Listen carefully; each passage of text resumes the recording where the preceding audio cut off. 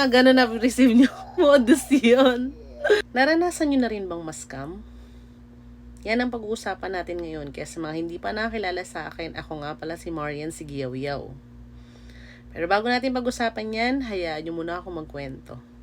Dati kasi, yung cellphone ko, maraming mga nagchat-chat dyan. Sa text messages, sa WhatsApp, sa Viber, sa Telegram. Kasi yan connected yan sa sa cellphone natin. Ngayon, magugulat ka na lang dyan, may mag-offer sa'yo ng mga trabaho ko, no? Sasabihin sa'yo, 3,500 per day mostly. Siyempre, pag kagano, nagniningning na yung mga mata natin na parang paniwalang-paniwala tayo na may mga ganun talagang eksena. So, isa sa mga scam na yan, yung mga nagsasabi na, yung mga task, sasabihin sa'yo na i-share mo yan, i-follow mo, i-like mo, tapos i-screenshot mo, send nila sa'yo, tapos kada task na gagawin mo, meron silang ibibigay sa'yo. So, ganun yung pinagawa sa akin dati. Yung una, syempre, di naman naglalabas ng pera, di try ko. O, syempre, hindi naman tayo makakuha ng kung totoo man, na meron man bayad yung mga yun. So, yung kada task, yung experience ko, 40 pesos kada task na matatapos ko. So, yun, pagka nasisend ko, tapos kada may mga minutes sila. After 5 minutes, magsisend ulit sila ng another task. So, yun ulit yung i-share and like mo, yung puso-puso mo, gaganon. So, ngayon, yan. Basta yung mga una, hindi ka naman naglalabas. Tapos maggulat ka na lang, bago ka nila mabigyan ng panibagong task, bago nila ako mabigyan ng bagong task, kailangan ko na daw mag-spend ng money. So, kapag mag-spend na ako ng money, wala na akong ginagawa. So, pagka ganon, X na sa akin kagad yun. Pero meron akong tinry, yung una talaga. Nagtry ako niyan. Kasi hindi ko pa alam na modus yan eh. So, nagtry ako, nag-invest ako ng mga 500. Tapos, bumalik sa akin, mga nasa 1,000. Siyempre, kapag ganon lumalaki din. Nung bumalik na sa akin 1,000 ko, another na hinihingi naman nila is nasa 1,000 naman yung hihingi nila sa'yo. Parang yung napanalunan mo or yung kinita mo, invest mo ulit para kumita ng mas malaki. So, hindi ko na in-invest yun. Inisahan ko na sila sa part na yun. So, every now and then, may nag-message pa rin sa akin, sa WhatsApp, sa Telegram, sa Viber, sa messages na nag-offer nga na gusto mo ba ng trabaho, we will give you 3,500 a day. So, yun. Pag mga gano'n na receive nyo, modus yun. Yung paniwalaan niya, nyo lang, ignore nyo. Kaya naman yung mga sa inyo, nagsabi sa inyo, nanalo kayo. Kaya yung ginawa ko, in-ignore ko na lang. Kada may magsisend sa akin ng mga ganong messages, ini-ignore ko na lang sila kasi alam ko na yung next nun. So, bibigyan ko kayo ng 3 tips kung paano nyo malalaman na yung mga nag-i-inform sa'yo, nagbi-message sa inyo is, scam yan. Baka kasi may na-expect naman kayo na in-applyan nyo, tapos chinat kayo. Chinat kayo, sasabihin sa inyo na hard na kayo, di kayo naniwala dahil akala nyo scammer yun. So, tips number 1, kapag meron ng money issue, like for example, na hihingi na sila sa inyo ng pera, hindi yun legit. Scam yun. Once na ang offer is trabaho, tapos kailangan mong maglabas ng pera, hindi normal yun. Scam yun. At unless, maglalabas ka ng pera para kumuha ka ng mga requirements para sa ina-applyan mo. Pero yung magbibigay ka sa kanila, na mag-i-invest ka sa kanila, walang ganon. So, tips number 2. Kapag nanghihingi sila sa inyo ng mga PIN code or kaya naman ng yung mga sinisend sa atin, kunyari hiningan kayo ng GCash. Kunyari, sisend ko na lang sa inyo yung payment.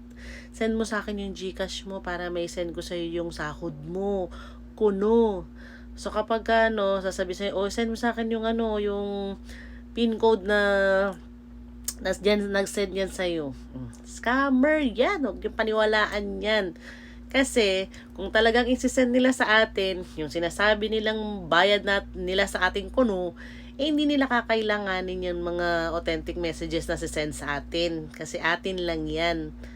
Sa atin lang yan, hindi yan dapat sinishare sa iba. Yung mga PIN, yung mga authentication code, yung mga nagsisend sa atin, yung one-time PIN, hindi yun dapat sinishare sa atin lang yun. Tayo lang nakakaalam nun. So, yun na yung kapag naghingi na sila sa inyo ng ganun, budol yan, scammer yan. So, tips number 3, kapag ka naman hinihingian na tayo ng mga personal info. Yan, nanghihingi sila ng valid IDs natin. Hindi natin alam, kaya pala sila nanghihingi lang ng mga valid ID natin kasi nahack na yung mga account natin or yung mga bank accounts natin. Ginagamit na nila para pakuhanan tayo ng pera. Diba? So, minsan yun, trap yun sa atin. Doon na mag-i-start yung pag-i-scam nila sa atin noon kapag ka nagtiwala tayo. Tandaan nyo, ang totoong magbibigay or magpapasahod sa inyo, hindi nila kakailanganin yan ng mga informations nyo na yan. Dahil ang informations na meron kayo, confidentials yan. Maaaring gamitin yan sa mga transaction na pwede nilang pagnakawan sa inyo, lalo na kung mahilig kayo mag-link ng mga ng mga accounts nyo, ng mga personal accounts nyo sa mga social media or kung saang mga network or yung mga games na ginagamit nyo. Maaari nila yan ma-access kapag meron silang full details. Kasi 'di ba minsan tayo kapag gumagawa tayo ng mga passcode natin or password natin, minsan nasa details lang natin kaya makakalimutin man tayo. 'Di ba? So bakit ko nga ba ginagawa 'to? Kasi gusto ko na maging aware kayo, lalo na sa mga hindi nyo nakikita, sa mga nababasa nyo lang or nakikita nyo lang online. Hindi, marami dyan na nag-i-scam sa inyo, maraming pwedeng mag-scam dyan sa inyo. 'Di ba? Kasi ang kalaban ko dito, yung mga scammer na yan, nagigigil ako dyan. Talagang ang dami-dami nilang time para mang-scam. 'Di ba? Yan na talaga ang kabuhayan nila. So, tayo dapat mas maging maingat tayo.